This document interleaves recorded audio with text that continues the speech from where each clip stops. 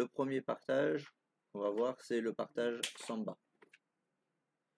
Son utilité, lui, c'est de pouvoir partager les fichiers avec Windows, avec les ordinateurs Windows.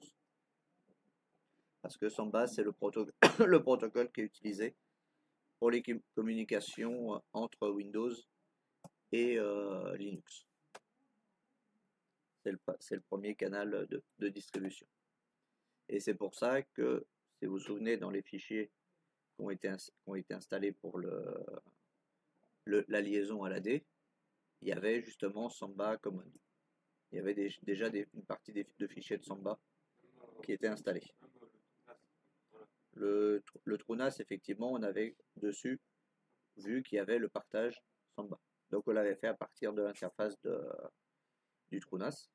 Mais là, je vais vous montrer aussi comment le faire à partir directement d'un Linux, sans forcément passer par un TrueNAS. Ça, c'est le premier partage. Le deuxième type de partage, c'est NFS. Et du coup, là, ça va permettre de partager à la base plus avec les autres types de machines que Windows. C'est-à-dire essentiellement la plupart des Linux, des Mac qui vont utiliser ce protocole. Parce que Windows peut le gérer, mais il ne le fait pas par défaut. Il faut installer une fonctionnalité supplémentaire dans Windows pour gérer aussi le NFS. Et ça, du coup, je vous montrerai aussi comment l'activer. Comme ça, si vous faites des partages NFS et que vous les testez aussi avec Windows, comme ça vous pourrez. Mais il faut savoir que sur la majorité du coup des ordinateurs, le NFS n'est pas installé avec Windows. Donc c'est vrai. Du coup, si vous le faites et que vous avez besoin du NFS pour Windows, ça sera plutôt des cas sur des ordinateurs plus spécifiques plutôt que forcément sur tous les ordinateurs du réseau. Dans ce cas-là, si c'est tous les autres, vous voulez faire des partages sont que du Windows, dans ce cas-là, il faudra mieux passer par le Samba directement.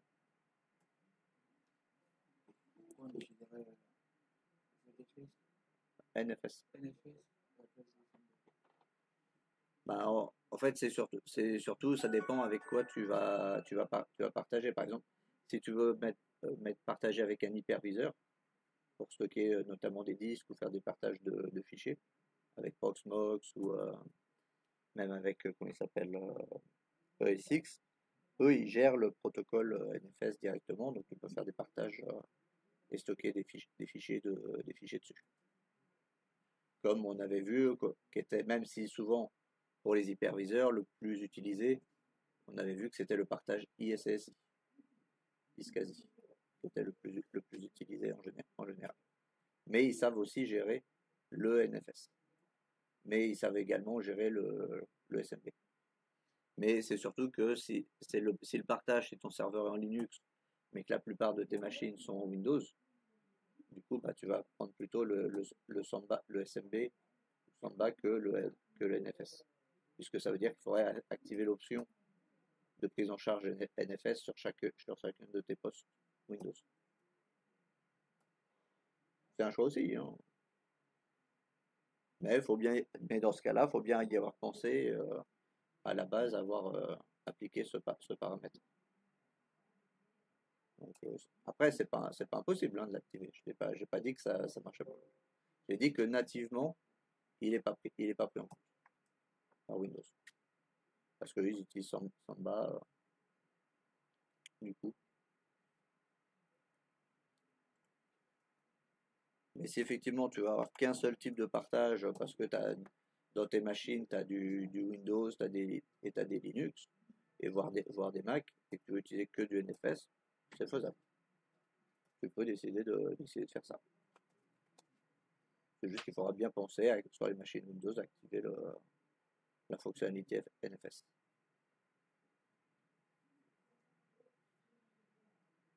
Donc du coup, pour commencer, on va sur notre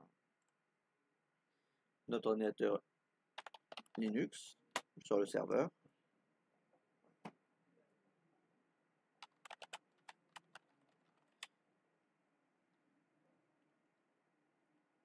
Commande classique, sudo apt install pour commencer.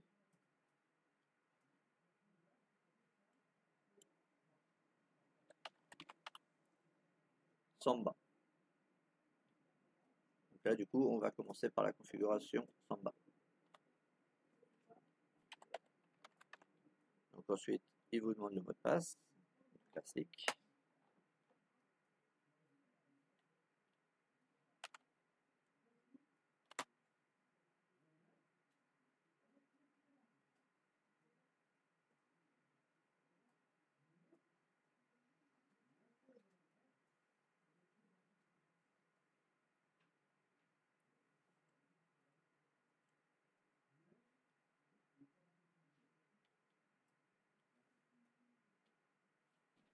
Voilà.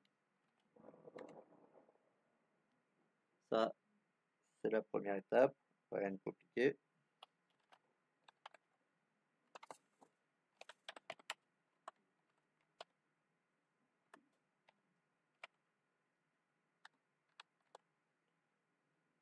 On va créer qui va nous servir après un répertoire de montage que je vais placer dans MNT, comme on a fait en fait pour rajouter un disque dur. Et vous allez voir qu'il y a certaines étapes qui ressemblent justement aux mêmes étapes que pour le rajout de disque dur.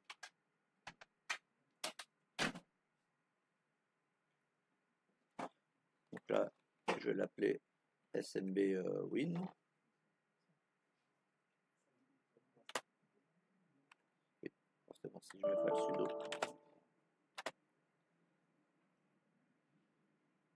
il aime pas.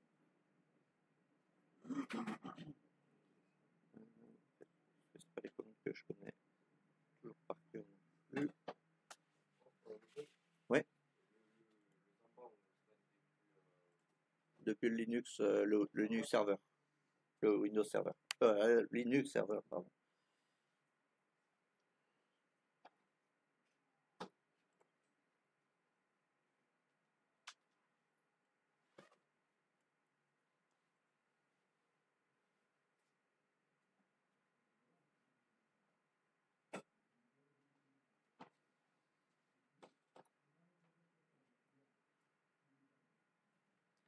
Bon, après, là, le répertoire, je l'ai créé tout de suite. Bon, quand j'avais fait mon document, je l'avais créé à la fin.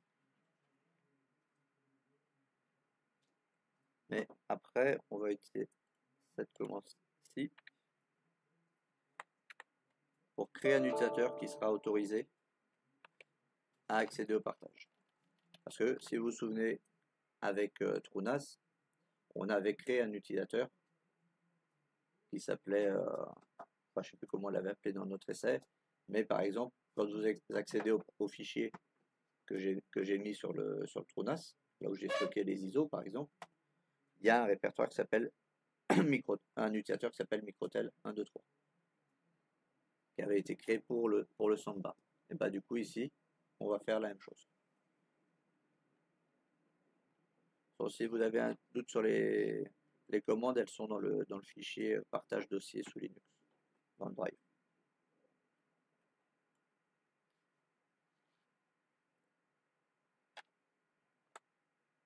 Donc là, par exemple, je vais l'appeler SMB.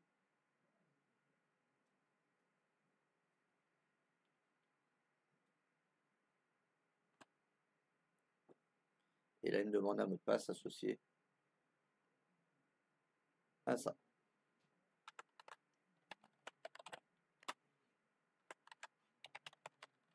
À l'utilisateur.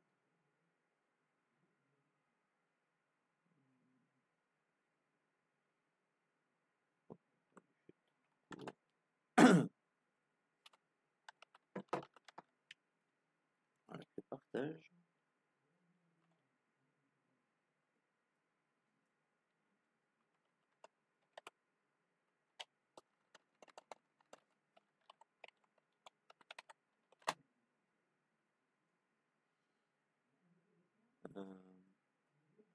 Ah non, je crois que c'était... Non, il faudrait que ça soit quand même un du système.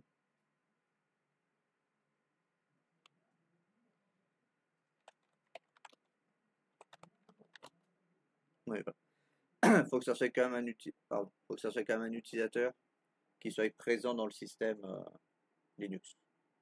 Mais après, vous pouvez éventuellement, si vous voulez pas utiliser votre utilisateur principal pour le partage, vous pouvez créer un utilisateur qui s'appelle Samba ou ce que vous voulez avant de l'ajouter au groupe Samba.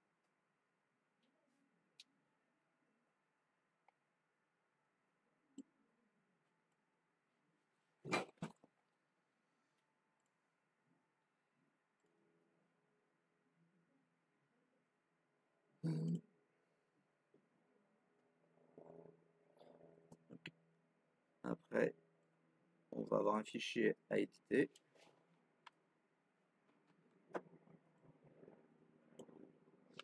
Qui classiquement se trouve dans le répertoire ETC, puisque c'est là que sont, comme je disais, la majorité des fichiers de configuration. Donc si un programme, vous avez un doute sur quelque chose, dans la majorité des programmes, vous allez retrouver son fichier de configuration dans ETC.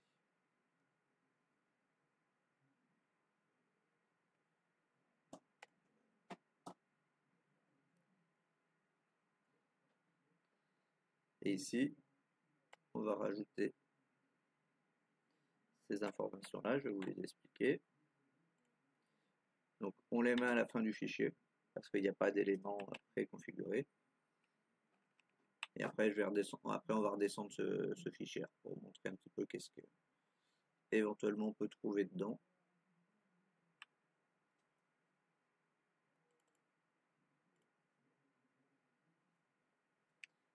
Donc là, déjà pour expliquer ce qu'on a rajouté. ISOWIN, en fait, ça va correspondre à un nom juste de repérage pour la plateforme, pour savoir avec les crochets quels éléments vont être pris en compte. Parce qu'on peut rajouter plusieurs partages.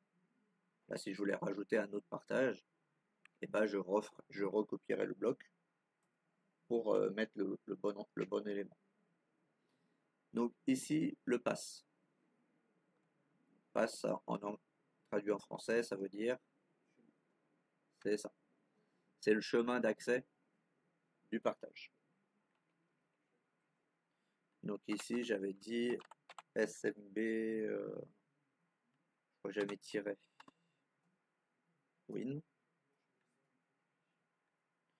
Donc browsable, ça veut dire qu'on peut y accéder et voir le contenu. Read only, ça veut dire que là c'est sur no, donc ça veut dire que le fichier sera en lecture-écriture. Ici, guest OK, no, ça veut dire qu'il n'y a que les utilisateurs qu'on a déterminé qui pourront accéder à ce partage.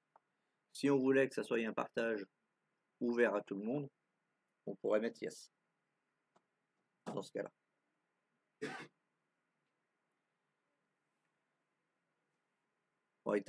On reconfirme qu'on peut bien écrire dessus. Et ici, on met les utilisateurs qui sont autorisés. Donc ici, moi l'utilisateur que j'ai créé du coup s'appelait Linux. Mais si vous avez plusieurs utilisateurs, vous les mettez à la suite. Hein? Normalement c'est virgule, parce que là ici vous voyez, whitelist c'est ceux qui sont autorisés par exemple à écrire, donc on a root, virgule, espace, et là le groupe LP admin, donc c'est virgule.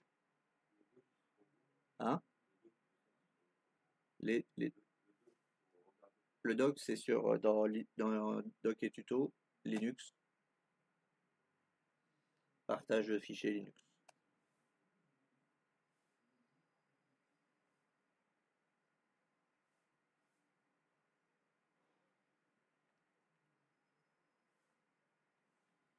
Et donc là, si je voulais en faire un autre, eh bien, je pourrais mettre un autre recopier ce bloc.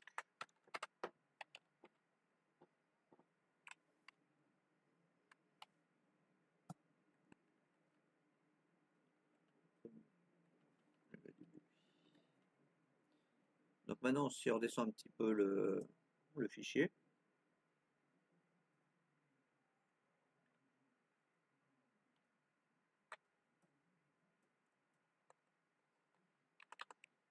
là il dit à quel groupe de travail il va se référer. Là c'est marqué workgroup parce que de toute façon la plupart des Windows par défaut sont en workgroup. Mais si jamais vous n'étiez pas en domaine, mais que vos ordinateurs Windows étaient sous un autre workgroup, il faudrait l'adapter, du coup, le fichier.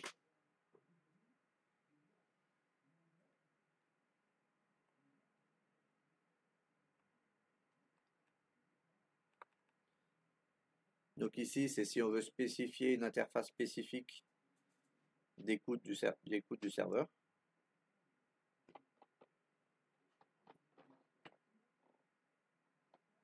Donc là, par exemple, on voit qu'il a mis en ETH 0. Normalement, c'est pas censé. Quoique non, parce que là, il y a il y a un autre commentaire. Donc, on verra. Mais normalement, si on regarde comme ça, il est en théorie, il pourrait ne pas fonctionner. Parce que l'interface auquel il fait référence n'est pas la bonne. Et l'adresse, c'est la boucle, c'est le réseau de la boucle locale.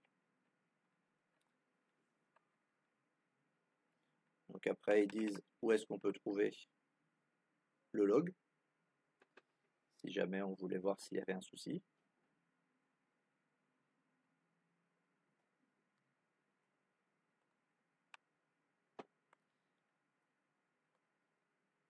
Là, ici, dans notre cas, on va l'utiliser en standalone serveur, pas lié à un domaine. Mais si jamais il était lié à un domaine, hein, il faudrait préciser que c'est un serveur membre du domaine. Et après, si c'était vraiment un Linux qui partageait le Samba et qui était aussi contrôleur de domaine, il faudrait adapter en mettant classique domaine, non, en mettant active directory domaine contrôleur.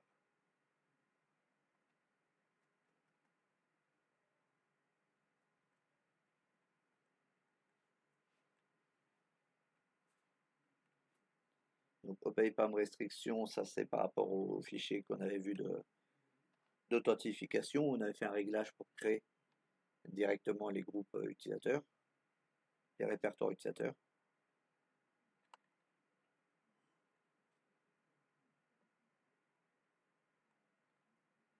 Donc là, après, c'était la gestion, là c'est autonomie. C'est si on a un domaine, on peut après le lier à une lettre particulière, déjà d'avance. Donc là après, dans le cas où on est sur un domaine, donc on aurait quelques modifications à faire, qui seraient toujours dans ce même fichier.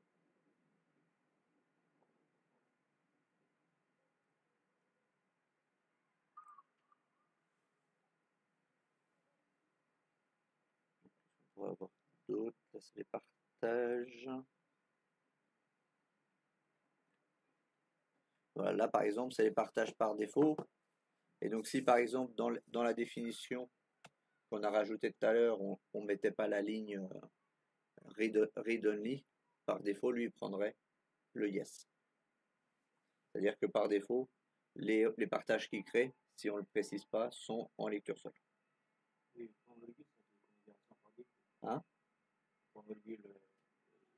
Oui. A priori, oui, dans ce cas-là, oui. Parce que c'est pas le commentaire, sinon ils auraient mis ça.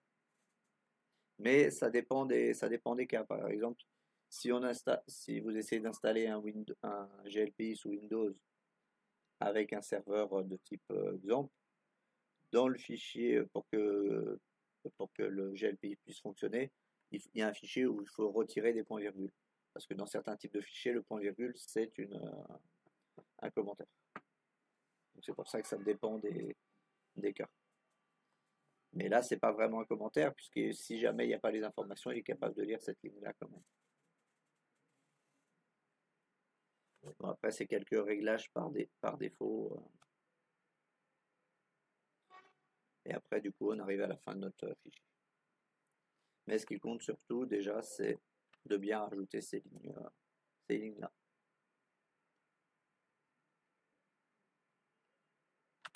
Après, on enregistre. On se doute qu'il faut que je redémarre tout de suite. Là,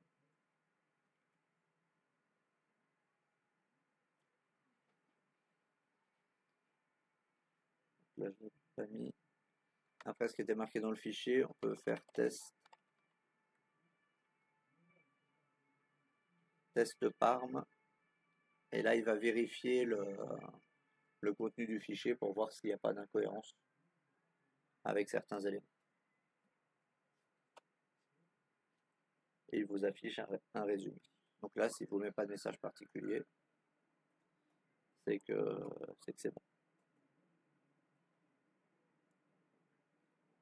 Donc ça, c'était la première étape. On a précisé du coup le nom du fichier qu'on voulait, qu'on retrouve ici, SMBWin.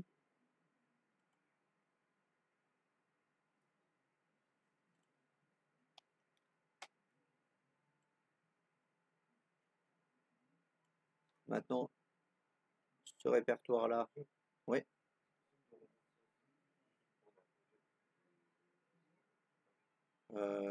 Lequel morceau? Oui. Le qu'on a modifié juste avant. Il est ici. Elle n'est pas là. Ici. Oui. Et après, tu rajoutes cet élément-là à l'intérieur, en l'adaptant à ton environnement. Parce que c'est là que tu détermines le point de montage et tout que tu vas vouloir utiliser.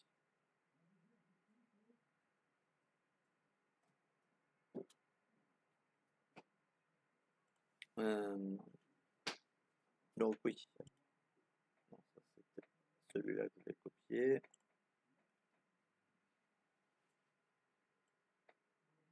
Après, du coup, le répertoire de montage, on va devoir lui donner les bonnes autorisations et les bons propriétaires pour que l'utilisateur Linux puisse travailler proprement dans le fichier et puisse lui-même écrire. Parce que si vous mettez tous les réglages qu'il peut écrire et tout, mais qu'au niveau du partage, vous avez dit qu'il ne pouvait pas écrire, qu'il pouvait juste lire, il ne pourra jamais écrire. C'est le partage qui est dans Linux qui prend toujours la priorité, comme normalement vous vous en souvenez, vous êtes censé vous en souvenir normalement, que les autorisations NTFS prennent la priorité sur les priorités de partage. Si on met tout le monde dans le partage, en autorisation de partage, mais qu'au niveau du droit NTFS, du répertoire, il n'y a que 3 utilisateurs qui peuvent y accéder, il n'y a que ces 3 utilisateurs-là qui pourront accéder. Donc là, c'est pareil. Si vous pouvez mettre tout le monde, tous les guests et tout que vous voulez, accepter dans le Samba en lecture-écriture. Si le répertoire ici n'est pas autorisé, et ben vous ne pourrez pas écrire quand même. Voire vous ne pourrez même pas lire en fonction de qu'est-ce qui a été mis.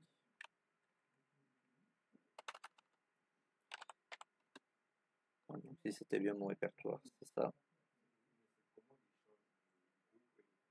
Oui, c'est ça. Pour l'aligner à l'utilisateur qu'on a créé avec Samba et qui est déjà du coup un utilisateur qui existe déjà dans le système.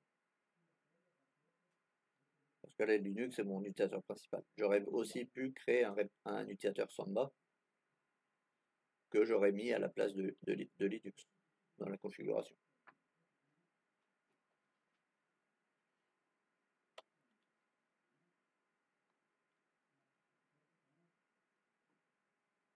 Et après, du coup, on valide. Bon, si c'était bien ce que j'avais mis comme répertoire. Oui, c'était bien sûr.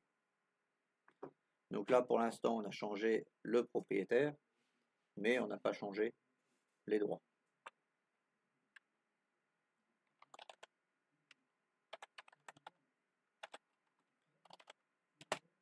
Donc le -R pour appliquer à tous les sous-répertoires si on avait déjà. Si jamais on rechange après avoir mis des fichiers et des sous-répertoires, on le reprécise. Ici, étant donné qu'on a encore rien mis dedans, on ne serait pas obligé. Donc là, on va mettre lecture-écriture pour le propriétaire et les membres du groupe, mais les autres n'ont pas accès.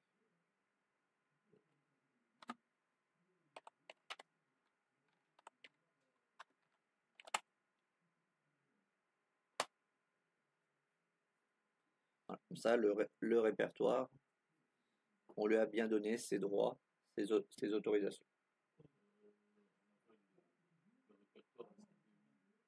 Bon, parce que là, je l'ai appelé parce que SMB, c'est pour Samba. Le protocole, quand vous allez voir dans les listes des protocoles, si jamais vous faites de l'analyse réseau, ça sera SMB, le protocole. C'est un raccourci de Samba. C'est pour ça que je l'ai appelé. J'aurais pu l'appeler effectivement Samba-Win, parce que c'est pour aller sous Windows pour faire une différenciation par rapport au répertoire qu'on va créer tout à l'heure. Mais après, là, c'est juste un test. Après, on l'appelle comme on veut. Là, c'est juste pour montrer. Mais après, c'est à toi de l'adapter en fonction de ton environnement, de ce que tu veux partager.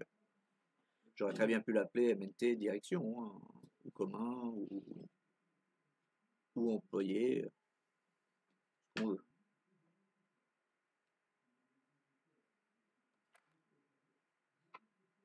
Donc là, du coup, si on fait un cd/mnt, on fait un ls-l,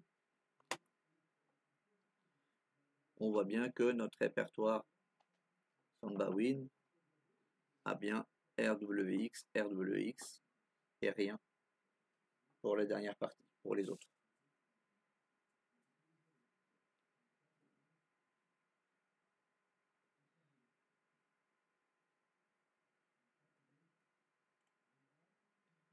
Donc, du coup, on va redémarrer Samba, SMBD, pour qu'ils mettent à jour ces fichiers de configuration. Sinon, il garde les anciens qu'il avait. Et pareil, on peut aussi faire un status SMB pour voir ce qu'il nous dit. Donc là, on voit bien qu'il est actif et qu'il est prêt à écouter des connexions.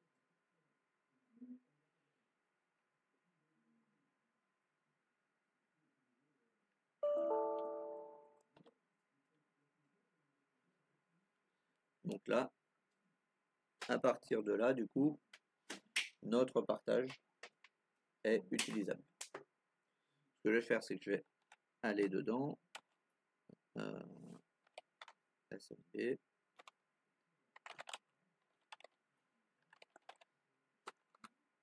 vais créer un fichier test.txt, je vais mettre des trucs dedans juste histoire de mettre quelque chose dans le répertoire.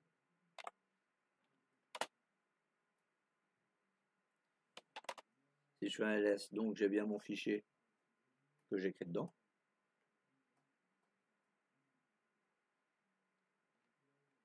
Et donc du coup, à partir de là, on peut se connecter dessus.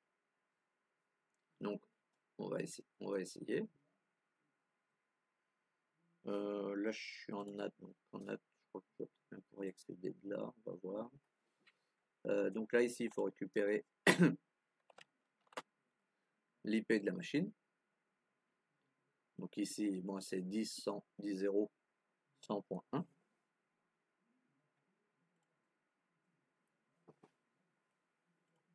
Et donc pour y accéder, en fait, on va faire la même chose que pour accéder au NAS.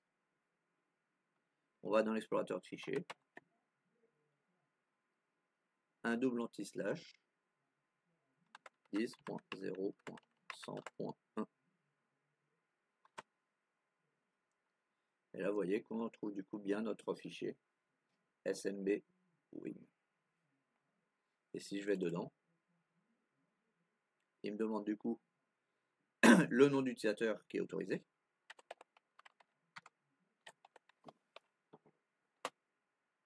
Je lui indique. Et du coup, ici, on voit bien qu'on retrouve notre fichier notes. Et si je mets des choses dedans, je peux bien l'enregistrer. Donc, ça montre bien que la configuration et les droits qu'on a donnés sont bien corrects. Si j'avais pas donné des droits d'écriture, ben, j'aurais pas pu écrire le fichier.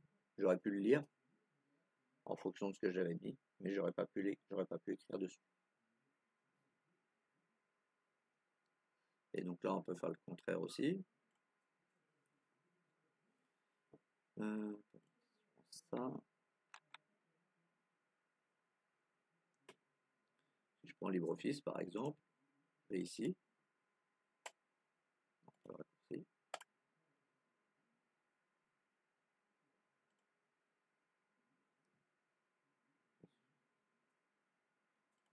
plus de place sur l'intro.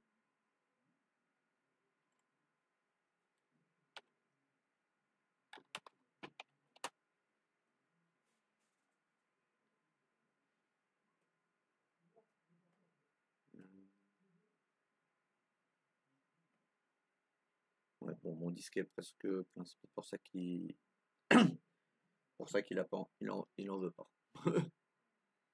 Donc c'est pas très gros, mais comme il y a de la mémoire tampon et tout, c'est pour ça à mon avis qu'il veut pas me mettre mon fichier.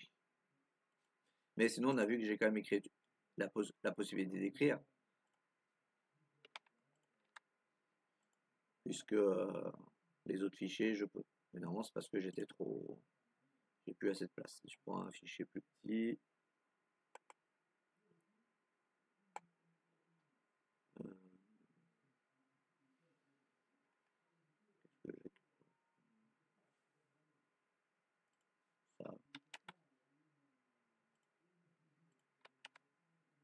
voilà, on voit que c'est passé.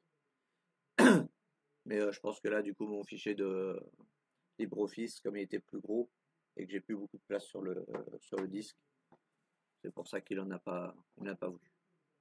Mais en tout cas, on a vu déjà que ça fonctionne, puisqu'on est connecté dessus.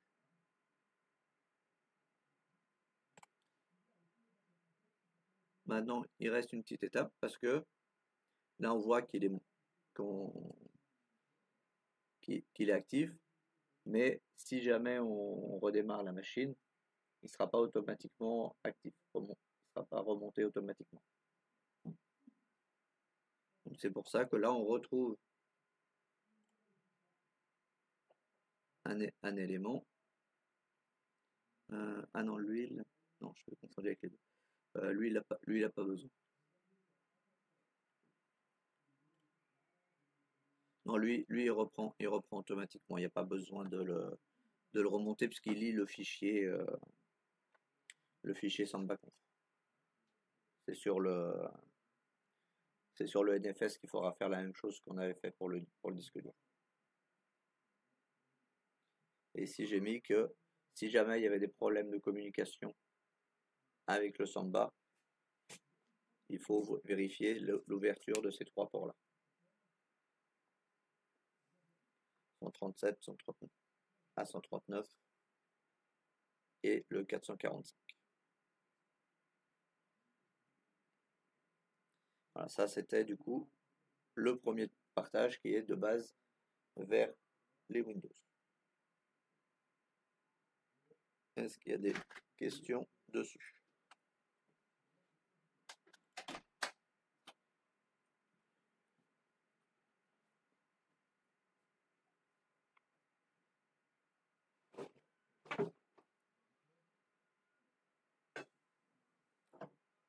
Après, je montrerai aussi qu'on peut se connecter, qu'un Windows, un Linux peut aussi se connecter en SMB.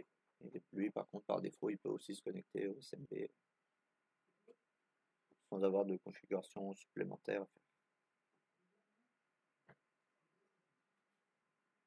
Ok, donc pas de questions particulières sur ça, sur le principe.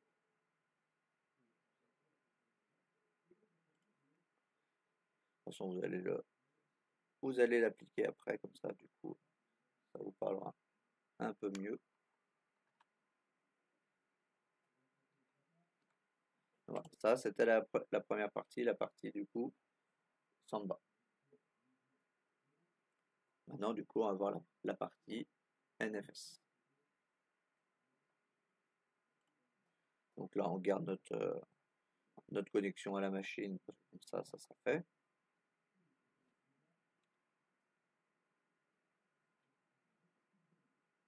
Fichier. Arrive.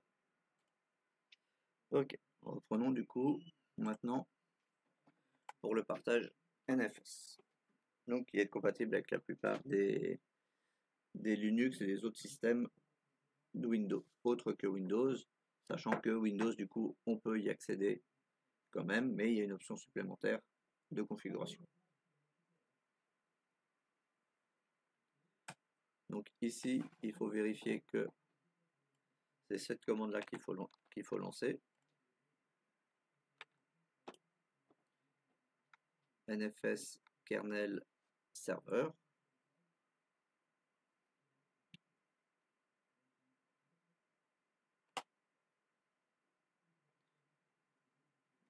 Donc ici, on l'installe.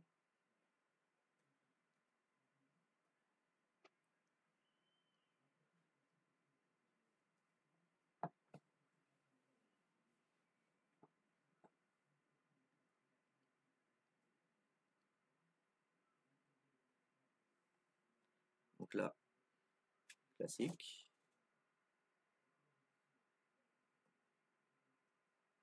Bon, après, si vous ne vous souvenez pas de la commande entière, si vous tapez NFS et vous faites une tabulation dans APT, il va vous donner des éléments qui pourraient correspondre. Donc, pour ça, si vous ne retenez pas le entier NFS kernel serveur, vous avez un doute sur où il y avait des tirets, n'hésitez pas à faire la tabulation dans l'APT install, par exemple sudo apt install NFS et double tabulation, et vous avez toute la liste de ce qui commence par NFS. Et du coup là, dans la liste, vous allez arriver à retrouver ce que vous avez envie.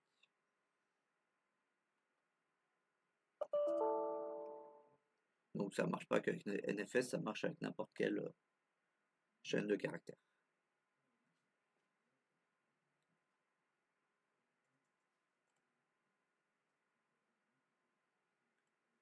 Donc ici, on va devoir éditer ce fichier-là, comme on avait dit. Éditer un fichier pour le SMB. Ici, le fichier s'appelle export, qui se trouve égal à la racine de TC.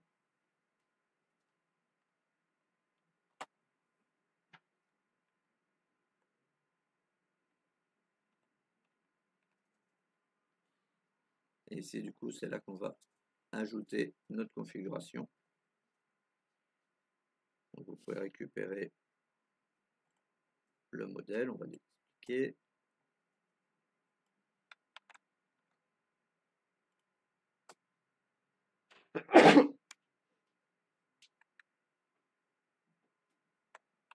Donc là, comme tout à l'heure, on met le répertoire. NFS, là pour l'instant je n'ai pas créé, je vais l'appeler NFS-Linux.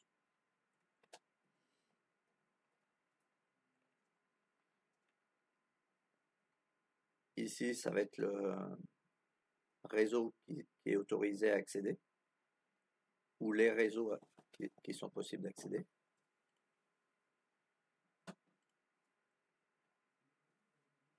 Et si on voulait qu'il n'y ait qu'une seule machine qui puisse accéder au partage, on pourrait préciser directement l'IP de la machine ici. Donc là, par exemple, si je laisse en l'état actuel, normalement, mon NFS, je ne pourrais pas y accéder. Parce que la machine à partir de laquelle je me connecte, ici, est sur le réseau 192.168.0.0. Et donc, comme ici on dit qu'il n'y a que les machines du réseau 168.1.0 qui puissent se connecter, il faut l'adapter. Donc ça va dépendre en fonction de quel réseau vous voulez connecter. Donc RW read write pour donc lecture écriture. Si on voulait que le répertoire ne soit que en lecture seule, on pourrait mettre RO à la place pour read only. Sync, ça veut dire que avant d'accéder à un fichier, il va vérifier que le fichier soit bien enregistré avant de l'envoyer sur le partage, avant de vous laisser l'accès. Parce que sinon, si on met pas ça, si le fichier était ouvert et il y avait eu des modifications, mais qu'il n'avait pas été enregistré, si c'est pas synchronisé, ça va envoyer le fichier qui n'est pas enregistré. Alors que la synchronisation enregistre d'abord le fichier avant de vous l'envoyer. Donc comme ça, vous êtes sûr d'avoir les dernières mises à jour. Si c'est un fichier qui est en écriture simultanée. Et ici, il ne vérifie pas certains éléments, certains checks de sous-répertoire pour économiser des ressources. Voilà. Une fois que c'est fait, on enregistre.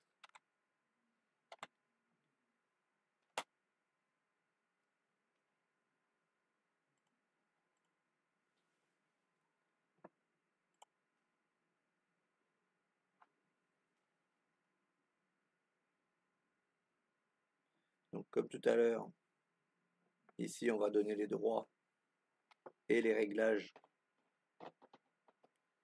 d'autorisation au répertoire qu'on va partager. Donc ici, je vais faire déjà mkdir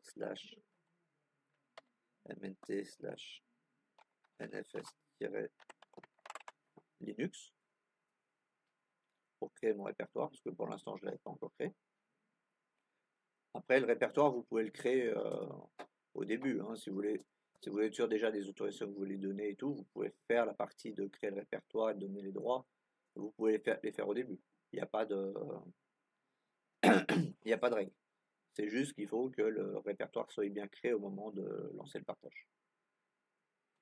Mais du coup, dans les étapes, j'ai mis un ordre, mais il n'y a pas d'obligation particulière forcément dans les étapes. Il faut qu'elles soient toutes faites.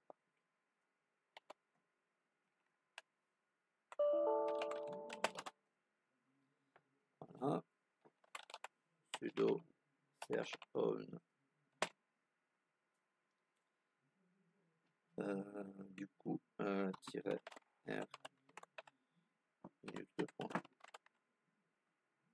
linux sur mnt nfs linux.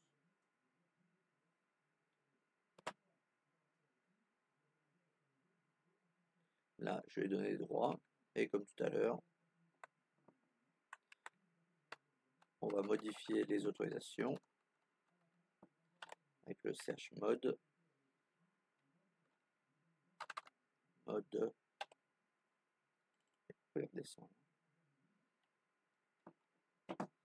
Donc 7, on va faire comme tout à l'heure, 770.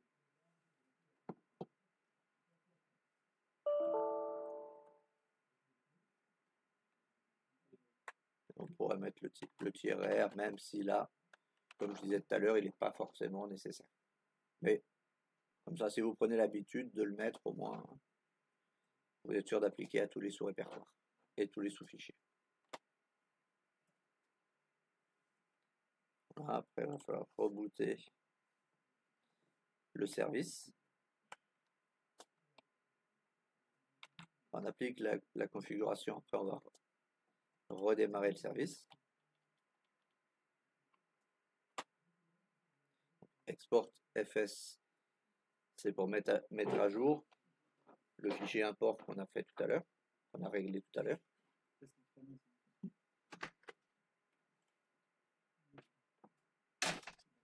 Et ensuite, on redémarre le service qu'on a installé tout à l'heure, le NFS kernel server, pour qu'il mette à jour bien tous les fichiers en mémoire.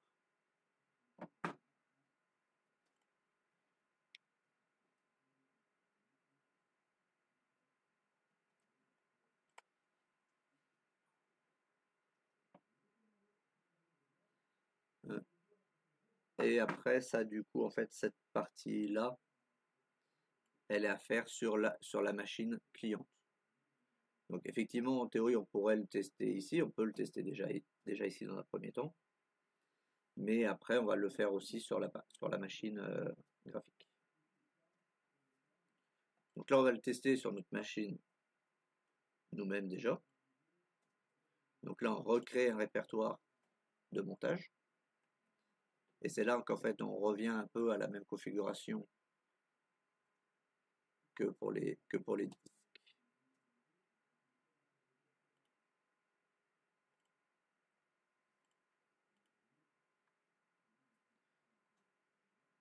Donc là, je vais réadapter un peu, je vais l'appeler NFS Linux client.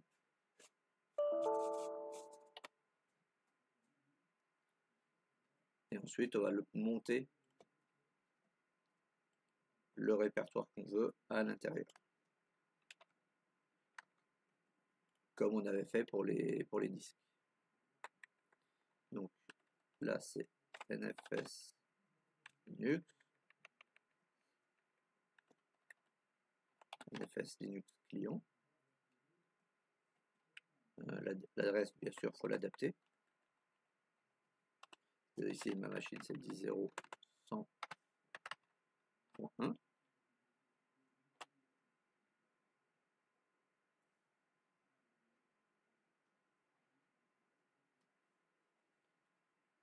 Je crois que je me suis trompé. Oui. J'ai mis underscore et non pas tiré. C'est pour ça qu'il n'a pas bien aimé.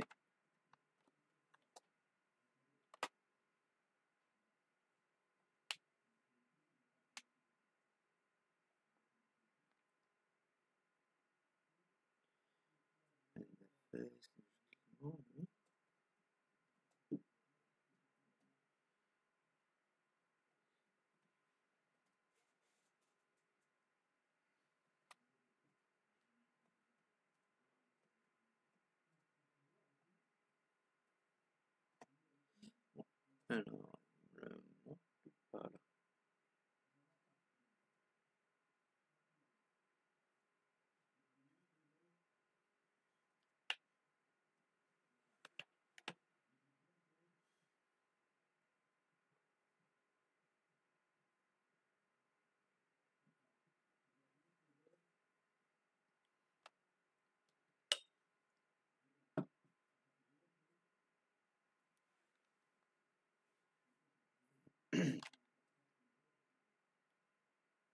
Il n'a pas voulu, c'est bien.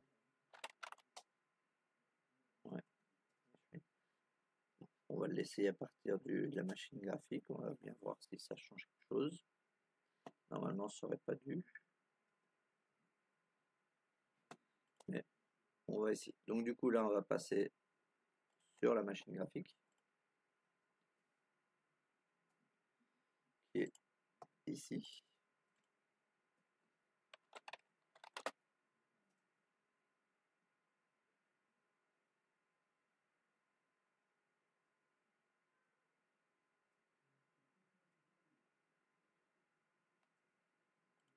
Là, bon, ça on passe.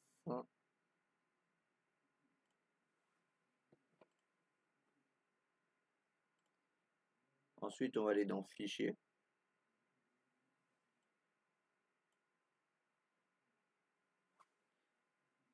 Autre, emplacement.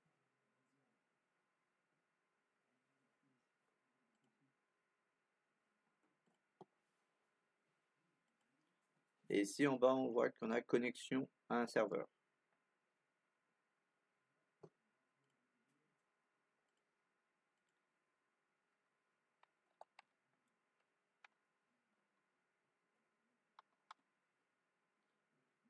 Là, ici, normalement, on précise que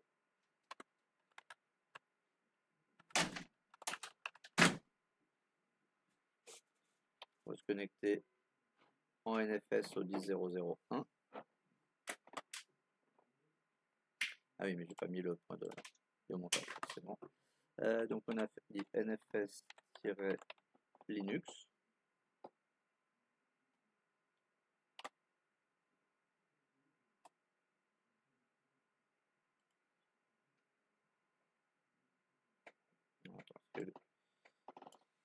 Est-ce qu'il y accède bien déjà? On va essayer l'autre.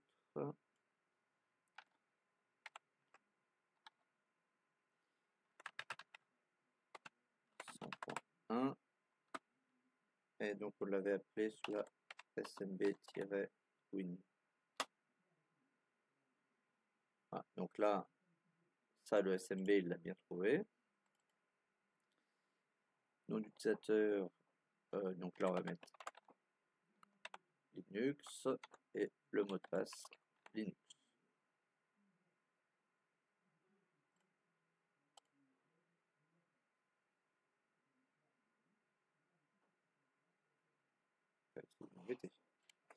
Est-ce qu'il ping bien ma machine déjà?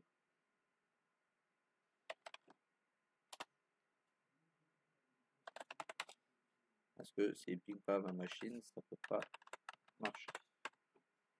Alors déjà, moi, il ping bien la 10.0.0.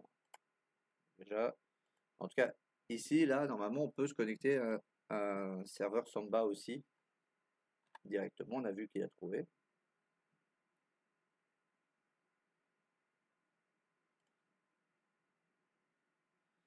Pourquoi il dit qu'il peut pas? C'est bien ça que j'ai donné comme. Ah, mais non.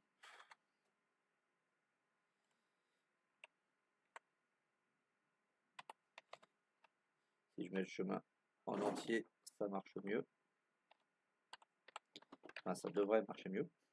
Parce que le point de montage qu'on a donné, c'est /mnt/smb8 et non pas juste smb8.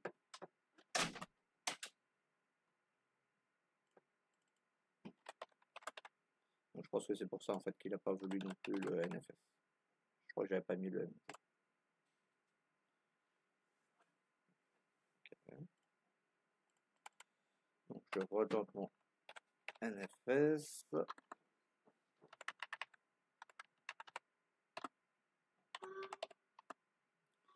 NFS.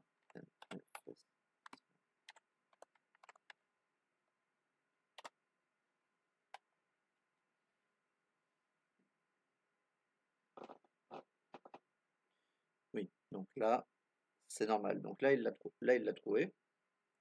Mais il me dit que que c'est interdit, l'accès. À votre avis, pourquoi ça serait interdit par rapport à ce qu'on a vu dans la configuration? Là il dit il dit pas qu'il l'a pas trouvé, le point de montage, là, il l'a bien trouvé. Mais il me dit qu'il peut pas le monter. Il peut pas y accéder. Pas l'utiliser. Un peu, mais pas que ça. Au droit, les droits, ils sont bons, mais on n'est pas loin. Là, je vais vous lire le texte. Permission refusée. Cet hôte est peut-être interdit ou un port privilégié est nécessaire. Est-ce qu'on n'avait pas précisé quelque chose tout à l'heure dans la configuration? Pas le port, mais la plage de réseau. On avait précisé qu'il n'y avait que le réseau 192.168.0.0 qui peut y accéder. Sauf que cette machine-là, normalement, si je regarde son adresse, elle devrait être en 10. Donc on voit bien que la configuration a bien fonctionné. Puisque le réseau qui est en 10, je ne peux pas y accéder à la machine. Maintenant, du coup, on pourrait modifier les paramètres. Ici, je remonte au fichier import.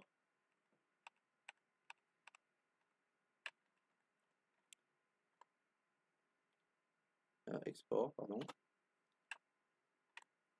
Et ici, je pourrais aussi rajouter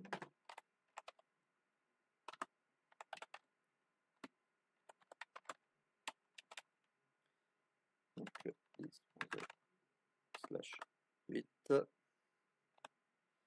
rw sync no sub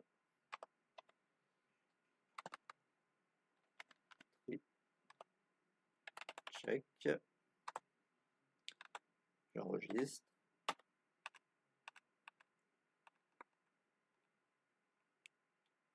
J'applique l'export, je redémarre le service. Donc, normalement là il est mis à jour.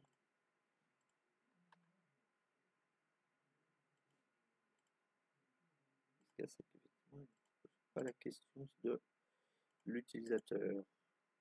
Et comme du coup l'utilisateur s'appelle pas Linux. Par contre, si maintenant on réessaye quand même la commande qu'on a faite tout à l'heure du montage, là logiquement il devrait en vouloir.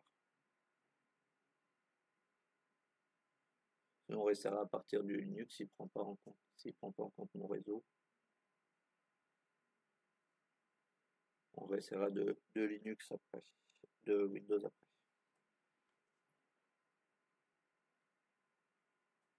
Voilà, là il l'a bien pris en compte. Il ne m'a pas dit que c'était pas possible de le monter.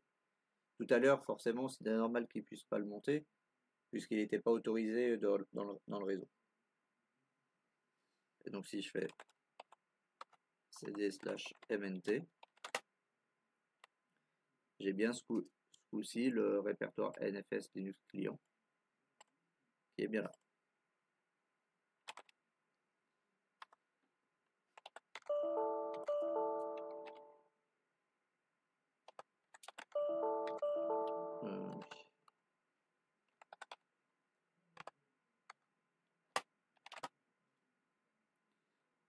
Donc là, on voit qu'il est vide, parce que c'est normal, dans le répertoire MNT, NFS,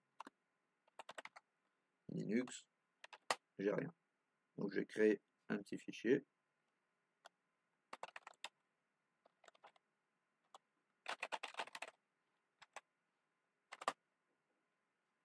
Et là, si je retourne en MNT, NFS, underscore, Linux client, si je fais là, j'ai bien mon test, donc ça montre bien que les deux sont liés ensemble.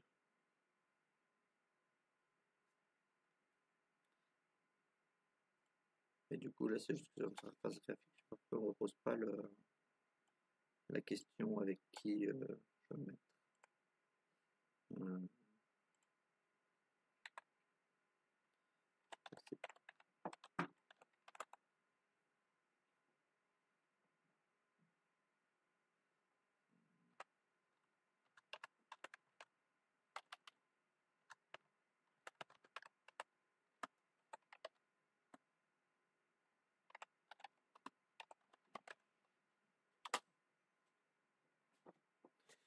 Je vais vous redire ça après pourquoi il veut pas là, logiquement il aurait dû. Bon, de toute façon on va faire la petite pause là et après du coup je l'aurai. Ok. Donc j'ai refait un petit essai et en fait je sais pas pourquoi par le raccourci là que je vous ai montré de fichier il n'a pas voulu. Par contre, en faisant la commande de montage, ici, là, en mettant l'adresse directement, là, il a bien voulu monter le répertoire.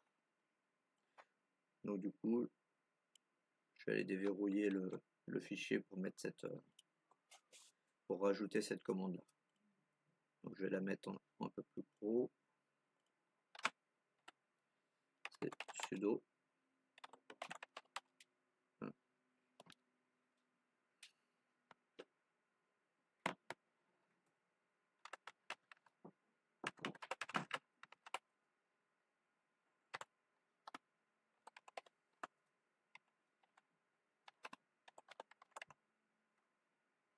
Nux mnt nfs nux client. Et donc cette commande là en ligne de commande a bien fonctionné elle.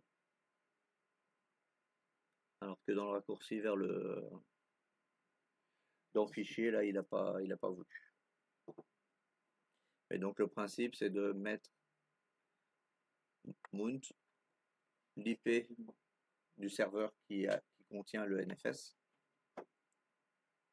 le chemin du répertoire qu'on veut monter, qui a été défini dans export, et ensuite dans MNT le répertoire qu'on veut monter côté client.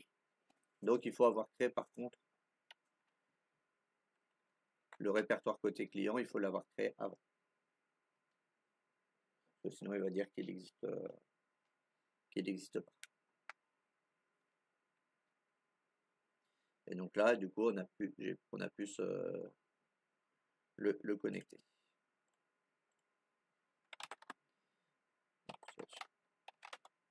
ls, donc j'ai bien mon NFS client.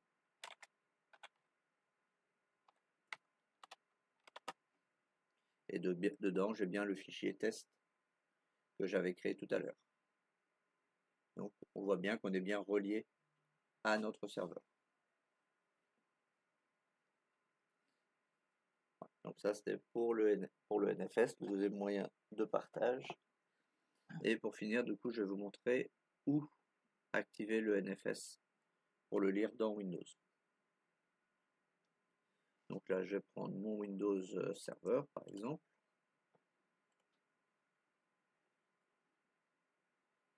Donc il faut au moins un Windows 10 Pro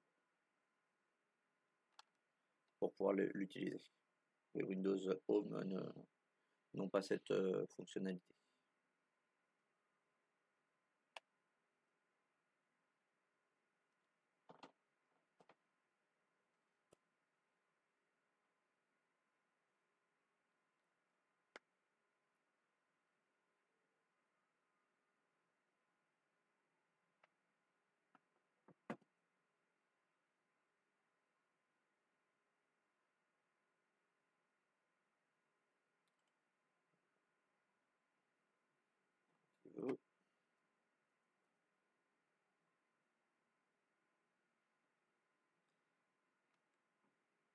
Je vais le montrer sur l'autre. Ça fait du temps à démarrer.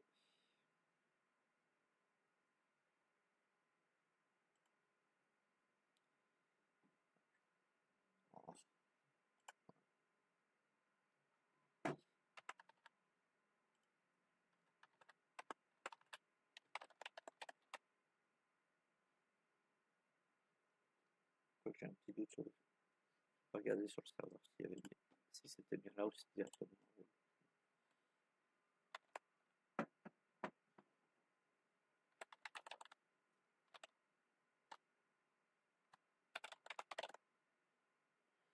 Donc on va taper fonction pour afficher ici ce qu'on nous intéresse, activer et désactiver des fonctionnalités Windows.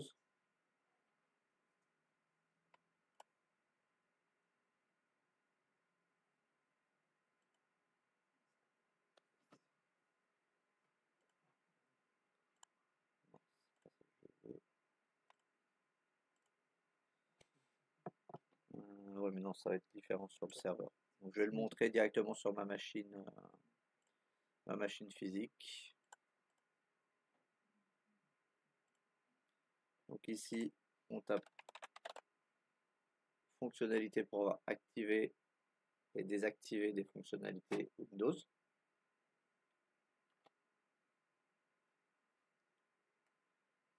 Vous arrivez sur ce menu-là qui vous permet d'installer plusieurs éléments complémentaires, notamment c'est là qu'on avait vu pour installer Hyper-V sous Windows 10.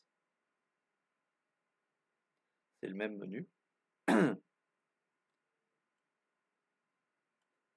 Et ici, ce qui va nous intéresser,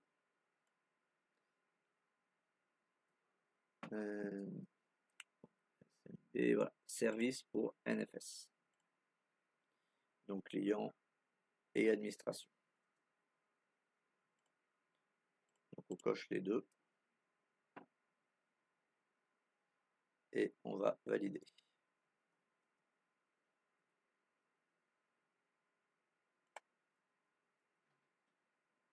Donc là, il va charger des fichiers.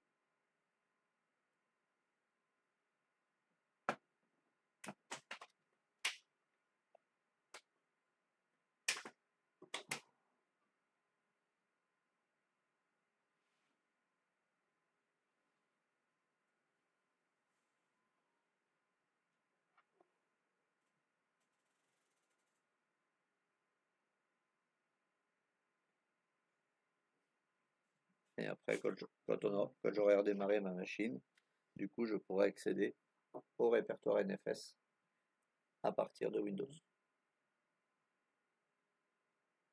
Donc c'est ça qu'il faut activer pour compléter sous Windows pour pouvoir accéder au NFS. Et après, une fois que vous l'avez mis, l'accès en fait se fait de la même façon que avec le Samba. C'est-à-dire que dans l'explorateur, vous faites le double slash et vous mettez l'adresse IP où vous souhaitez aller. Donc là, il m'a pas redemandé de démarrer.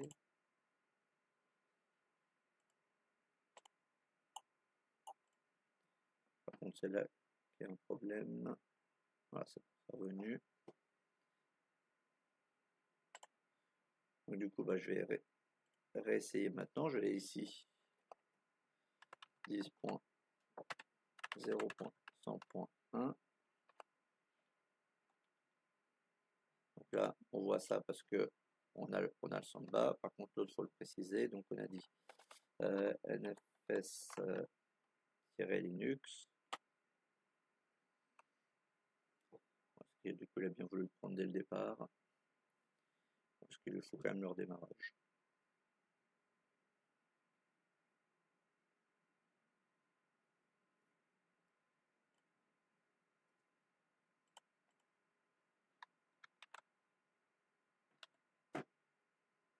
Parce qu'il est pris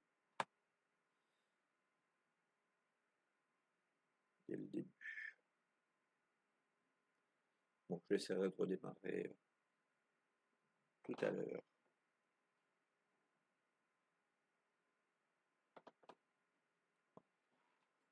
Du coup, des questions particulières ou pas par rapport à ça, au partage et tout?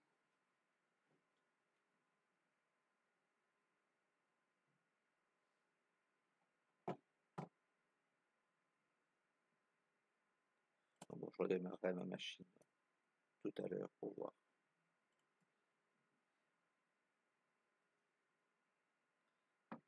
Ok, donc s'il n'y a pas de questions,